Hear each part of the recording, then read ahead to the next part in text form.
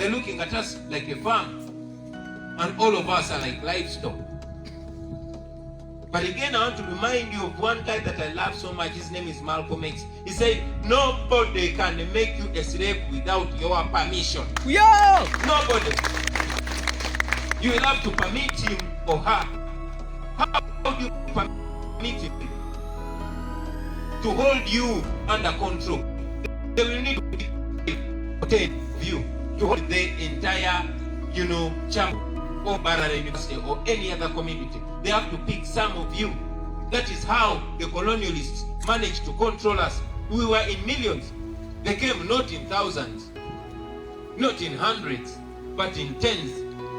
How did they manage? They picked a few of us, appealed to their greed and their fear, but most important, their greed. Those who didn't want to share the beauty of this, our country, with the rest of those that were living there. They compromised them and they used them to enslave the rest. The same thing was done during slavery. There were two types of slaves. There were the house slaves and the plantation slaves.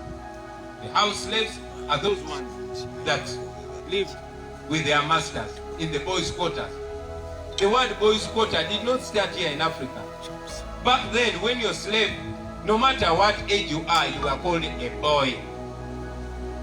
Even when you're 8-year-old man, you are called a boy. And that is why there was always a small house by the side of the master's house called a boy's quarter. And that is why they take the big bedroom of the house, calling it a master's bedroom. Those are slave narratives. So for those slaves that lived in the boys' quarter, they were close to their master because they always ate master's food, what he left. Okay? They always thought they wear better clothes. And yes, these slaves loved their master more than they loved themselves. And they always bragged. They were always used to enslave those ones, the majority, who were at the plantation. But those that lived at the plantation, they hated their master because they were intelligent. They knew they deserved to be human beings like their masters. So the dictators of this generation use the same trick. They divide you. They pick what belongs to all of you. Take it, pick just a little crumb of it, and give to a few of you. And you'll find your fellow student bragging, oh, I'm the only student who's driving the car. But you're driving that car at the cost of the goodness of all the students. So be aware. Do not be the good slave in your university. They're going to try to use you. Because General Museveni is so timid. He knows. He reads books. He sees how all dictators end. No dictator has ever lived forever. No. And no dictator has ever won the people. No. So, according to his analysis, he sees his time is out. He has watched his friends, the Gaddafis, the Mugabes, the Bashirs, the Mubaraks. They are gone. He sees he's going. And that is why you see he's unleashing brute force on all of you. And he's going to come for your credibility. And now this is where we have to answer Frantz Fanon's riddle. He says, every generation must discover their mission. We have already discovered our mission and we passed that. Now, it is that junction. Either fulfill it or betray it. The choice is ours. We are going to fulfill that mission or betray it by what we think, by what we do, and by what we teach others. I can only play my role. Rubongoya can only play his role. Sauda can only play a role.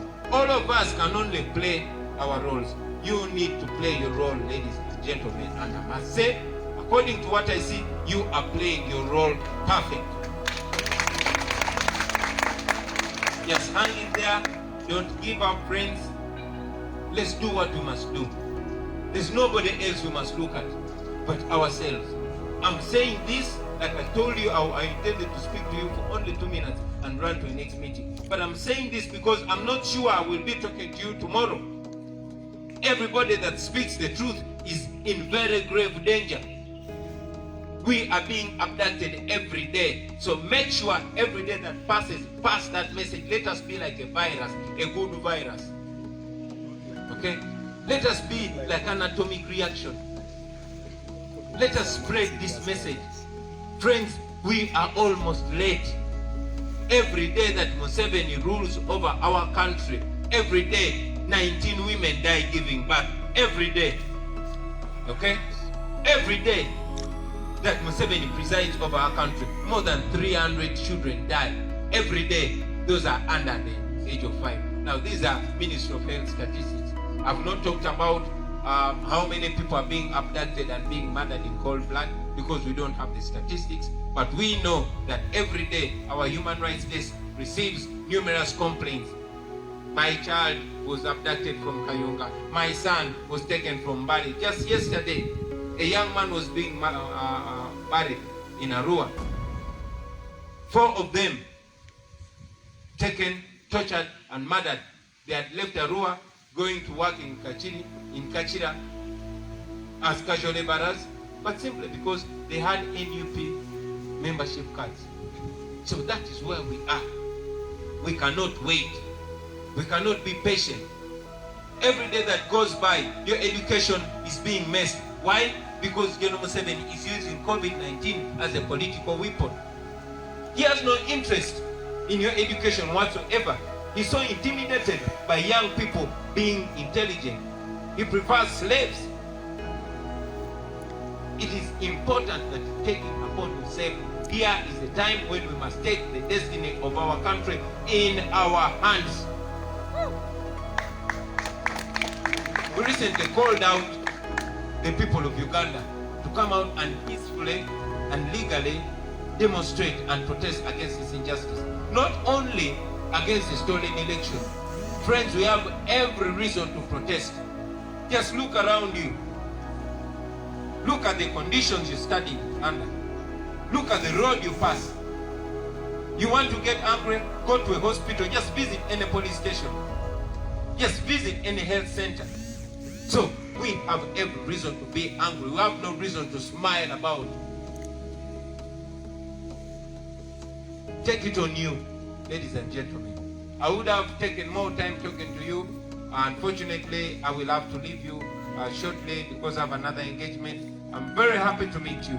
I look forward to hosting you again, ladies and gentlemen. And like SG said, we had so much to talk about, so much to hear from you. We don't only want to be communicating to you, but we want to hear from you, because we believe you go through even much more than we go through. So it's important that we know that each other is all that we have. And to thank you for taking time to come and meet me and meet the team, and to thank you very much for standing on the right side of history. Whatever you're doing, don't call it a small thing. All those small and big actions that you do are going to amount into the ultimate liberation of this, our country. Do not undermine your contribution. I used to undermine my contribution because I was only a singer, only an entertainer. You might think, you're only a blogger, you're only an activist, you're only a student. My friend, you are as powerful as anybody else. Start believing in yourself. Start evoking that spirit in you. If there's anything for you to take away from here today, I want you to take away something called confidence. Because confidence is everything. Evoke it out of you. They don't buy it in a way. They don't buy it in any supermarket. No, it is born in you. It is you who kills that confidence, and it's you who waters that confidence to come up. Okay? So, evoke that confidence. Believe in yourself. Make sure you share it with anybody and open up your mind to learn. Let us learn as much as possible. Let us pay attention to this, our country, because nothing else is going to make sense if we don't fix this, our country. But if we fix this country, friends, you are going to live in a country that you will be proud of. We have the ability to transform this country in our lifetime. Okay? What we are doing, what you are doing, you're not doing for your children, but for you. This we can achieve in our lifetime. And to thank you very much. congratulate you, Mr. President, and your campaign team. May God bless you. Aluta continue.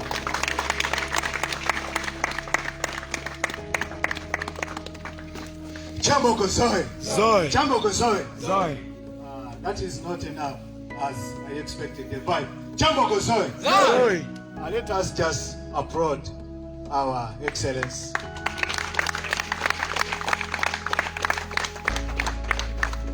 Kyambogo Zoe. Zoe. Kyambogo Zoe. Zoe. Ra. Ra. Cha. Cha. Cha. Cha. Cha. Cha. Cha. We can get seated. Since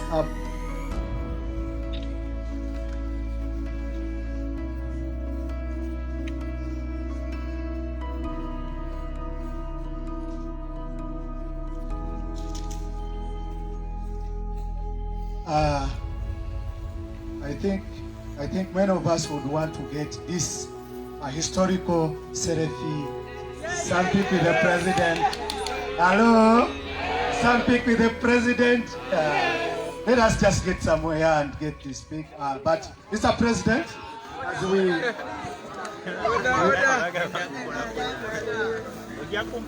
Mr. President, as we are getting prepared, Mama Busia Vanis, who works as our speaker, Makerere University, is also around.